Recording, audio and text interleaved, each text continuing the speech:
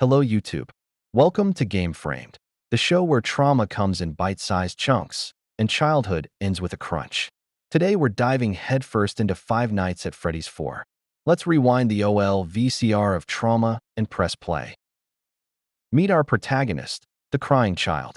He's the youngest son of William Afton and younger brother of Elizabeth and Michael Afton. He has lots of other names too. Crying child, CC. Bite victim, BV. Brother. Baby, little man, all three by bullies. Evan McNally, theorized. Evan Afton, theorized. David Dave Afton, theorized. Garrett Schmidt, movie universe, theorized. FNAF world player, theorized. Runaway kid, theorized. A sobbing child. A little boy. The boy.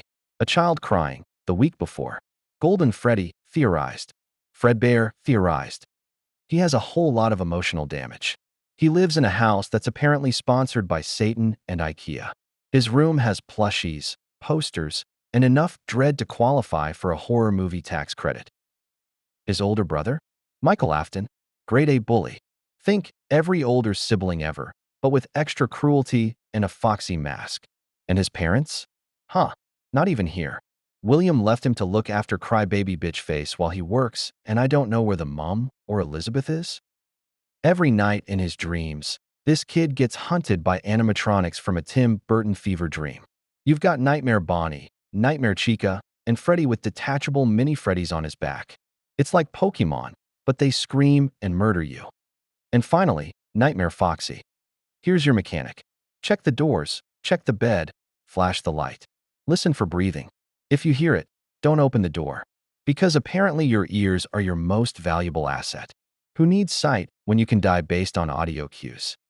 Now Foxy lives in the closet, which is fine, because I too shove my problems into closets and pretend they don't exist. But by night 4, these monsters are speed-running your soul into therapy. The game doesn't get harder, it gets meaner. And then, the bite. Was that the bite of 87? The ultimate sibling prank gone wildly off-script. Crying child gets lifted by his jerk-off brother and shoved into the jaws of Fredbear. Spring lock snap. Mouth closes. Chomp. Brain damage. Trauma. Roll credits. Night 5 brings in Nightmare Fredbear, who's like regular Fredbear, but Nightmare. And Night 7 is literally just a creature named Nightmare because the creator was lazy and probably went on strike and needed to get the game out.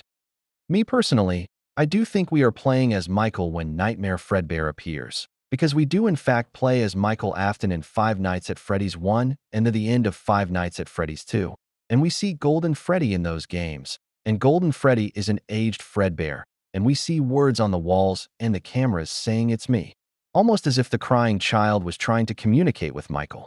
And you're probably thinking, so, what does that have to with you thinking we play as Michael Afton on the nights we see Nightmare Fredbear? Well, my friend, Nightmare Fredbear isn't like the other Nightmare animatronics. He glitches forwards when the light flickers, like an hallucination, like when we hallucinate in the first 2 games and see Golden Freddy. But Five Nights at Freddy's 4 is a dream, and anything can happen in a dream. So when Nightmare Fredbear gets us, we die. Now the other question you're probably asking is, but why does Michael have these hallucinations? Well, the way his brother died is his head got crushed by Fredbear. But what makes it worse is that Michael put his brother's head inside of Fredbear's mouth. So his brother wouldn't have died if he didn't do what he did. And Michael would deal with grieving by seeing hallucinations of the thing that killed his brother.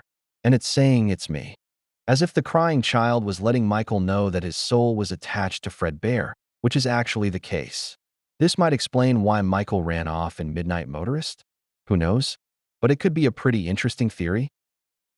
And that's Five Nights at Freddy's 4. A game about trauma, trust issues, and why you should never let your kids hang out at places with animatronic mascots. If you like this video, slap that like button like you're closing a haunted closet door. Subscribe for more recaps. Thanks for watching, and remember, if the door's closed, maybe don't open it.